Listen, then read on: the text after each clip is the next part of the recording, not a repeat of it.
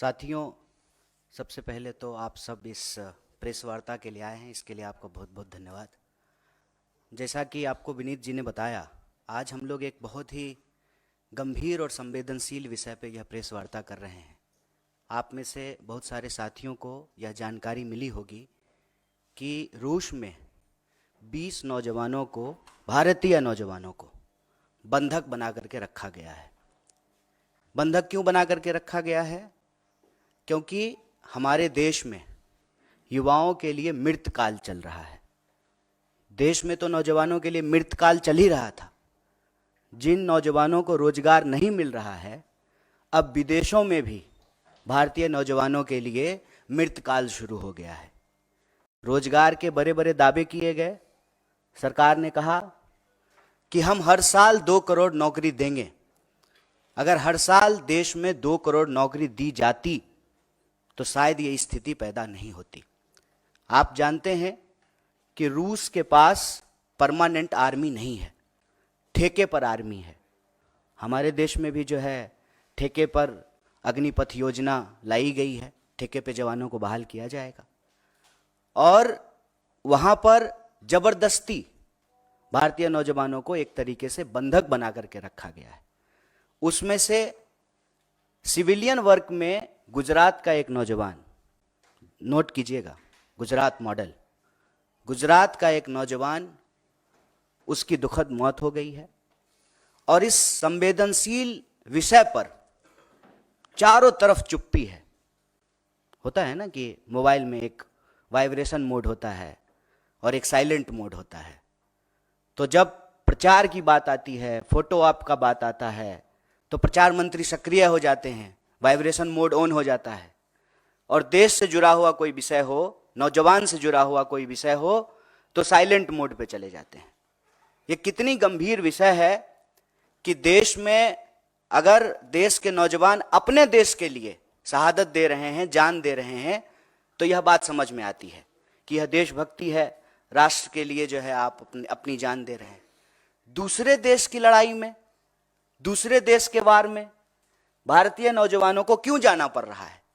इसका एक सीधा संबंध यह है कि हमारे देश में जो नौजवानों के भविष्य के साथ खिलवाड़ किया जा रहा है, जिस तरह से बेरोजगारी का दंश उनको झेलना पड़ रहा है।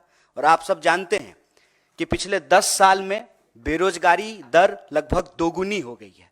45 साल में देश के इतिहास में इतनी बेरोजगारी कभी नहीं थी।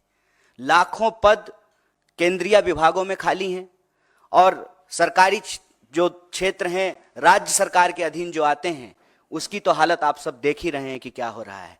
जब हमारी भारत जोड़ो न्याय यात्रा उत्तर प्रदेश से गुजर रही थी, तो इलाहाबाद विश्वविद्यालय का एक नौजवान आया और कहा, भैया जितना इस देश में लव लेटर लीक नहीं होता है, उससे ज्यादा उत्तर प्रदेश में क्वेश्चन पेपर लीक हो जाता है। मतलब नौजवानों की स्थिति यह है कि एक तरफ या तो भर्ती नहीं की जाती है, भर्ती की प्रक्रिया शुरू होती है तो प्रश्न पत्र लीक हो जाता है और पूरी की पूरी प्रक्रिया जो है वह न्यायालय के अधीन चली जाती है। और आप भर्ती की प्रक्रिया और उसमें होने वाले प्रश्न पत्र की तो अलग बात है। अभी आज आप लोगों ने देखा होगा कि उत्तर प्रदेश में बोर्ड के पेपर भी लीक हो गए हैं। ये जो देश के नौजवानों के साथ इतना बड़ा अत्याचार हो रहा है, और मैं आप सब लोगों से एक आंकड़ा साझा करना चाहता हूं। अभी से कुछ महीने पहले ही 1 घंटे से कम समय में 1 नौजवान आत्महत्या कर रहे थे देश में।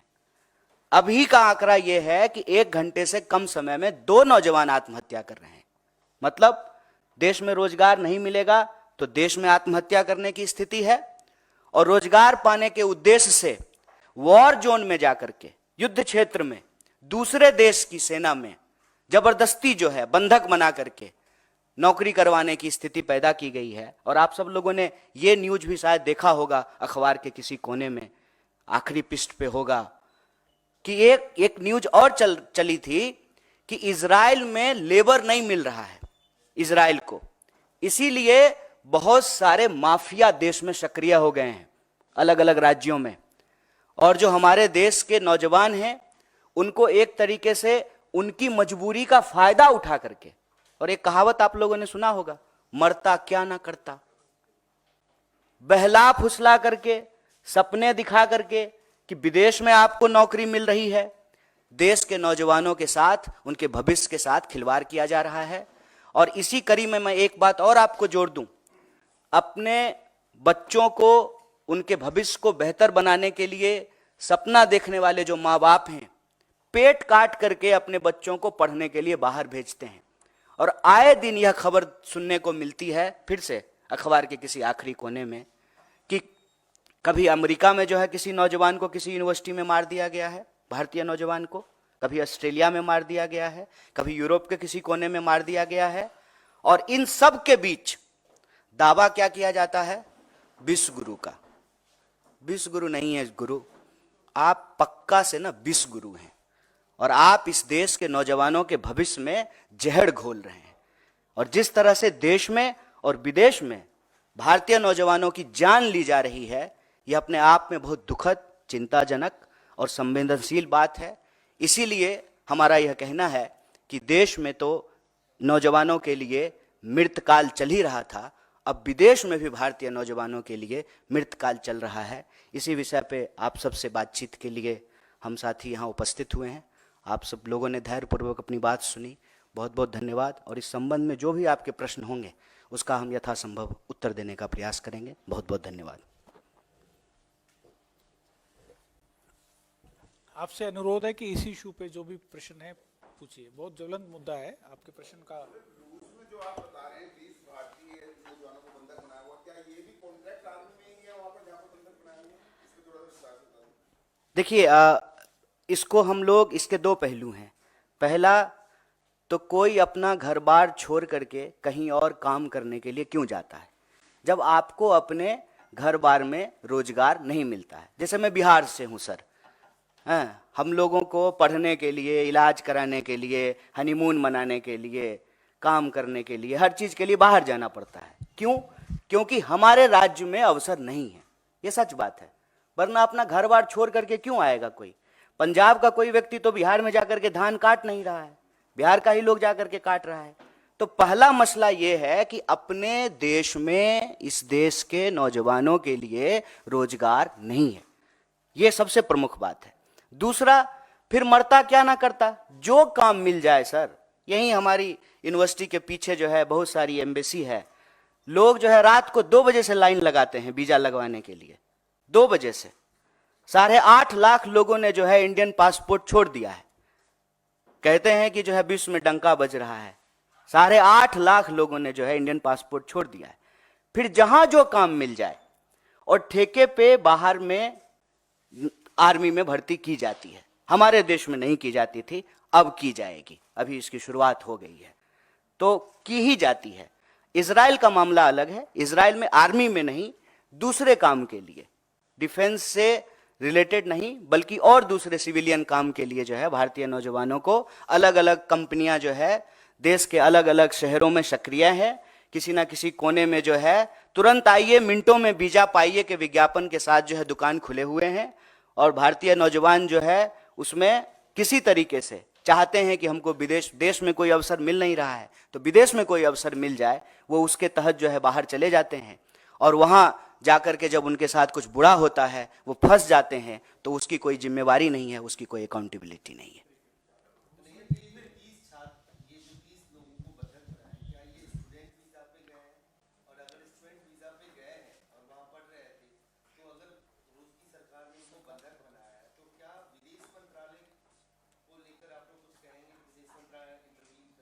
देखिए, अब इस बात का जवाब एक्चुअली हमारे सीनियर जयशंकर जी देते, विदेश मंत्री वो हैं, कि किस वीजा पे ये लोग गए हैं, सरकार का इस पे क्या स्टेटमेंट है।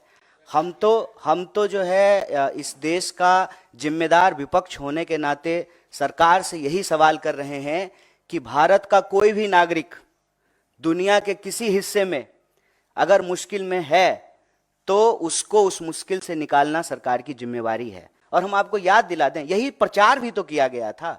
मुझे याद है, आप लोगों को भी याद होगा, उत्तराखंड में त्रासदी हुई थी और जो है मोदी जी के लिए बड़ा बड़ा प्रचार हुआ था, हर अखबार के पृष्ठ पे छपा था कि खुद से हेलीकॉप्टर चला करके गए हैं। नहीं, खुद से नहीं गए थे, मतलब हेलीकॉप्टर लेके गए हैं और गुजरातियों को निकाल करके ला रहे हैं।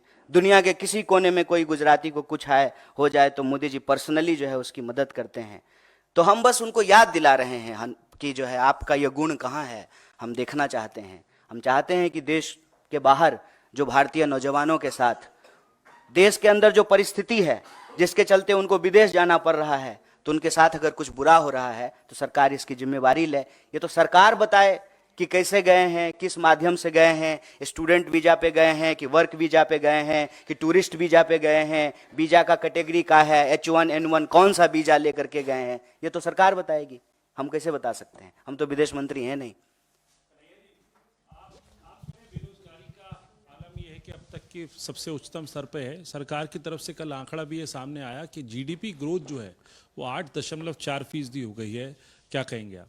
750 लोग जो है वो धन्ना सेठ हो गए हैं, अरबों खरबों में उनकी कमाई हो गई है, और किसान ने आत्महत्या कर लिया है 12,500। इसको कैसे देखते हैं? जीडीपी ग्रोथ हो रहा है, अच्छी बात है, विकास दर बढ़ रहा है, बहुत अच्छी बात है, लेकिन अगर बेरोजगारी दर बढ़ रहा है तो चिंता की बात है, महंगाई बढ़ रही है तो चिंता की बात है, नौजवानों की आत्महत्या दर बढ़ रही है तो चिंता की बात है, महिलाओं के ऊपर होने वाले अपराध अगर बढ़ रहे हैं तो चिंता की बात है, मजदूरों को अगर मजदूरी नहीं मिल रही है, ये अपना ही पैसा, आपका अपना पैसा, आपकी कमाई का एक हिस्सा काट करके सरकार के खाते में आपने जमा किया है, और जब बेटी का शादी है, मकान बनाना है, बच्चा को पढ़ाना है, कहीं एडमिशन लेना है, तो पीएफ का पैसा निकालने के लिए जा रहे हैं तो पैसा नहीं निकल रहा है। तो हम कह रहे हैं कि जो अच्छी चीज है वो अच्छी चीज है, जीडीपी बढ़ गया, बहुत बढ़िया बात है। हम बार बार यही सवाल पूछते हैं ना कि 5 ट्रिलियन की इकोनॉमी हो गई, शानदार, सुंदर, लेकिन 5 ट्रिलियन की इकोनॉमी हो गई तो ये 80 करोड़ लोग कौन है जो 5 किलो अनाज लेने के लिए खड़े हैं? तो धन कहां जा रहा है, किसके पास जा रहा है? आंकड़ा उठा करके देखिए, जीडीपी तो बढ़ रहा है, लेकिन हमारा जनरेशन जो है इतिहास में सबसे गरीब जनरेशन है। कोई एसेट्स नहीं खरीद पा रहा है, अगर कोई एसेट खरीद रहा है तो ईएमआई पे खरीद रहा है। तो ये जीडीपी ग्रोथ किसका है, वो देखने की बात है ना। और इसमें कोई अंतर विरोधी बात तो है नहीं, ये तो और अच्छी बात है। तब तो सरकार अब ये बहाना नहीं लगाएगी कि हमारे पास पैसा नहीं है। तब तो हम कह सकते हैं ना कि जीडीपी ग्रोथ अगर 7.5% हो गया है तो फिर वो जो मांग है इस देश के विद्यार्थियों का कि शिक्षा पर जो खर्चा हो बजट का 10वां हिस्सा हो, तो 10वां हिस्सा बजट का आप एजुकेशन पे खर्च करने लगी है। लेकिन आपको मालूम है कि इस बार के बजट में जो है एजुकेशन के ऊपर कटौती की गई है। तो पैसा अगर पैदा हो रहा है इकोनॉमी में तो जा किसके पास रहा है? ये बेरोजगारी क्यों बढ़ रही है, किसानों की आमदनी क्यों नहीं दुगनी हो रही है, एमएसपी क्यों नहीं मिल रहा है? और आप सब पत्रकार साथी एक बात याद दिला दूं, लाडली का कितना प्रचार किए थे लाडला ने, लाडली कहां है? लाडली में पैसा मिलना बंद हो गया है। एमएसपी पे जो वादे किए गए थे वो वादा तो छोड़ दीजिए, गुजरात के मुख्यमंत्री थे मोदी जी, तो प्रधानमंत्री मनमोहन सिंह जी को चिट्ठी लिख करके कहा था कि एमएसपी दुगनी कर दीजिए। अब तो मनमोहन सिंह जी प्रधानमंत्री हैं नहीं, गुजरात के मुख्यमंत्री देश के प्रधानमंत्री बन गए हैं, तो एमएसपी क्यों नहीं लागू कर दे रहे हैं, उसको कानूनी दर्जा क्यों नहीं दे रहे हैं? इसीलिए जो है किसान आंदोलन कर रहे हैं। नौजवानों की हालत देख लीजिए कि देश के किसी ना किसी कोने में भर्ती समय से हो, एग्जाम टाइम पे लिया जाए, प्रश्न पत्र लीक ना हो, देश के किसी ना किसी कोने में जो है नौजवान और विद्यार्थी आंदोलन कर रहे होते हैं। जीडीपी बढ़ा है, बहुत बढ़िया, लेकिन बेरोजगारी नहीं बढ़नी चाहिए।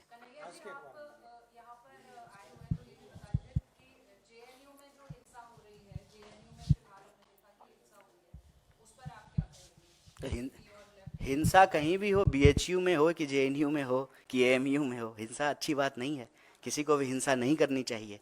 देश में कानून व्यवस्था है, जैसा कि पिताजी जो है मुख्यमंत्री गृह मंत्री हैं, तो लॉ एंड ऑर्डर है। ये तो कहीं भी हिंसा क्यों हो, हिंसा होने की जरूरत क्या है? प्रधानमंत्री ने अपने चुनावी जो जनसभाएं वो ऑलरेडी शुरू कर दी और सीईसी में बैठक चली बड़ी लंबी और बहुत ही जल्द। इसमें कौन सी नई बात है मैडम कि उन्होंने चुनावी सभा शुरू कर दी? वो चुनावी मोड पे ही रहते हैं।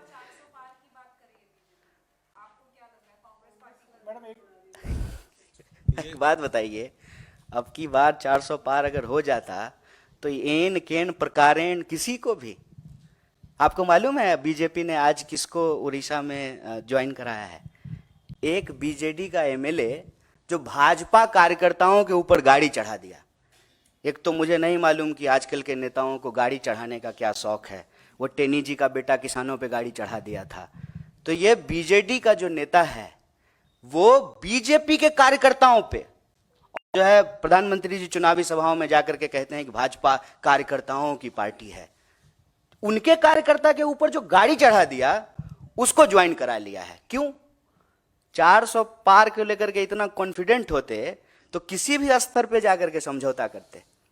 अभी आपने देखा कि बिहार में जो है नीतीश कुमार को लेकर के क्या क्या बोलते थे, और अभी जो है सब एकदम सब बढ़िया, एकदम स्वीट स्वीट सा हो गया है। तो मुझे नहीं लगता है, ये दावे हैं, सुनते हैं हम भी, आप भी सुनिए। कन्हैया जी, वो शायद सवाल ये था कि सीईसी की जो बैठक है, बीजेपी सत्ता में है, 400 पार की बात कर रही है, उनकी सीईसी की बैठक हो गई, पहली लिस्ट की तैयारी है, आप लोग विपक्ष में हैं, आपकी सीईसी कब होगी इसको लेके कोई क्लैरिटी नहीं है। अलायंस टीएमसी के साथ वेस्ट बंगाल में होगा नहीं होगा, इस कितना पर ये भी चिंता संशय है बना आपको हुआ है। हमारी, बड़ा अच्छा लगा सुन करके। कांग्रेस कवर करते हैं ना, कितनी इसलिए चिंता आपसे करते हैं सवाल आप पूछ सकते हमारी, हैं।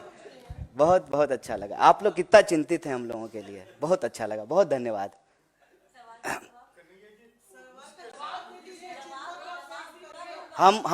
हम ये प्रेस कॉन्फ्रेंस एक बहुत ही गंभीर और संवेदनशील विषय पे है। चुनाव सीट नंबर के लिए प्रेस कॉन्फ्रेंस नहीं रखा गया है। नंबर मैंने आपको बताया, 20 भारतीय लोग रूस में फंसे हुए हैं, बंधक बनाए हुए हैं। अभी 400 छोड़ करके 20 नंबर याद रखिए। इसलिए नहीं जवाब दे रहा हूं। ऐसा नहीं है कि हमको जवाब नहीं देने आता है, जवाब दे सकते हैं, लेकिन विषय कुछ और है। ठीक है कन्हैया जी ये बताइए कि आपने कहा कि अमेरिका में भारतीय छात्रों का मर्डर भी हुआ है, संदिग्ध परिस्थितियों में मौत भी हुई है। ये जितने भी हाल के महीनों में मर्डर या संदिग्ध परिस्थितियों में मौत हुआ है, इसके पीछे विपक्ष के नाते आप कोई साजिश देख रहे हैं, फाउल प्ले देख रहे हैं? दूसरा सवाल है कि मोदी आपके क्षेत्र में जा रहे हैं कल, आप पिछले बार वहां से लोकसभा का चुनाव लड़े थे, इस बार कांग्रेस की टिकट पे बेगूसराय से लड़ेंगे आप? ये विषय अभी आज का नहीं है प्रेस वार्ता का। पहला सवाल जो आपने पूछा है कि भारतीय नौजवानों और विद्यार्थियों के साथ आए दिन कोई ना कोई घटनाएं होती रहती है। मैं ये नहीं कह रहा हूं कि साजिश है, लेकिन एक चिंताजनक और गंभीर परिस्थिति जो जरूर है। मान लीजिए कि मैं बार बार कहता हूं कि देश के भीतर की समस्या को बाहर जो घटनाएं घट रही है उसके कॉन्टेक्स्ट में देखने पे चीज़ें आसानी से समझ में आती है। मैं बार बार कहता हूं, मैं बिहार से हूं, और जो है जब हम लोग महाराष्ट्र जाते थे तो हमारे साथ भी जो है कई बार ऐसी घटनाएं घटी। गुजरात में कई बार जो है ऐसी घटनाएं घटी। ऐसी घटनाएं क्यों घटती हैं? ऐसी घटनाएं तब घटती हैं जब बिहार में रोजगार नहीं है और हमको मजबूरी में बाहर जाना पड़ता है। वैसे ही भारत में अगर रोजगार की स्थिति होती तो भारतीय नौजवानों को बाहर नहीं जाना पड़ता। पहली बात तो ये। दूसरी बात, जब हम कहीं जाते हैं तो आउटसाइडर्स को लेकर के एक इनसिक्योरिटी होती है स्वाभाविक रूप से, और कैंपेन भी यही किया जाता है। आप लोग अक्सर सुनते होंगे कि बाहर का लोग आकर के रोजगार ले लिया है, बाहर का लोग आकर के यूनिवर्सिटी में हॉस्टल को कब्जा कर लिया है, यूनिवर्सिटी को कब्जा कर लिया है। तो इस तरह से जो है आइडेंटिटी के आधार पे पोलराइजेशन होता है, ध्रुवीकरण होता है, और नफरत फैलाई जाती है, और नफरत का शिकार जो है वो लोग होते हैं। मैं ये नहीं कह रहा हूँ कि भारत की सरकार की साजिश है, लेकिन ये परिस्थिति है। इस परिस्थिति में भारत की सरकार को एक्ट करना चाहिए, हम ये मांग कर रहे हैं। महाराष्ट्र में जो घटनाएं हुई, ऐसा कोई अमेरिका से उसका कंपैरिजन हो सकता है क्या बिहार के किसी व्यक्ति के साथ? नहीं, बस मैंने समझने के लिए उदाहरण दिया है, कंपैरिजन नहीं है। दोनों की ज्योग्राफी अलग है, परिस्थिति अलग है, बस हमने समझने के लिए उदाहरण दिया। फिलहाल तो नहीं, फिलहाल तो हम रूस की ही बात कर रहे हैं। इजराइल को लेकर जो आपने कहा, तो आपकी एग्जैक्ट मांग इजराइल के मामले में क्या होगी गवर्नमेंट से, कि सरकार क्या करेगी? सरकार से तो हम यही मांग कर रहे हैं कि आप यहीं रोजगार की व्यवस्था कीजिए। भारतीय नौजवानों को किसी भी परिस्थिति में वॉर जोन में जाकर के काम करना पड़े, जहाँ मिसाइल चल रही है, गोलियां चल रही हैं, लोग मारे जा रहे हैं, चाहे इस तरफ से मारे जाएं या उस तरफ से मारे जाएं, हम ये नहीं कह रहे हैं, लेकिन उसमें हमारे लोग जाकर के क्यों अपनी जान गंवाएं? उनको यहीं रोजगार दिलाइए। और बस उनको हम वादा याद दिला रहे हैं कि आपने तो कहा था कि 2 करोड़ नौकरी देंगे हर साल, तो 10 साल अब पूरा होने को हैं। इस हिसाब से जो है आप 20 करोड़ नौकरी पैदा करते, 20 करोड़ आप नौकरी पैदा कर देते, तो क्यों बाहर जाता कोई? किसी को अच्छा लगता है कि गोलियां चल रही हो और वहां पे जो है हम गार्डन साफ कर रहे हैं या सड़क साफ कर रहे हैं? ये अच्छा तो लगता नहीं है। तो हम सरकार से ये मांग कर रहे हैं कि देश के नौजवानों के भविष्य के साथ खेलना बंद कीजिए और युवाओं के लिए जो ये मृतकाल चल रहा है, उस मृतकाल को बंद करके ही सही मायनों में अमृतकाल शुरू किया जा सकता है। ठीक, धन्यवाद। अब मुझे फिर कभी इसी इशू पे अगर कुछ है तो नहीं तो इसी इशू पे है सर, क्योंकि वहां हमारी साथी ने जो आपसे सवाल पूछा था वो इसलिए पूछा था कि आप कह रहे हैं मृतकाल चल रहा है, मृतकाल से छात्रों के लिए अमृतकाल तभी लाएंगे जब सत्ता परिवर्तन करेंगे।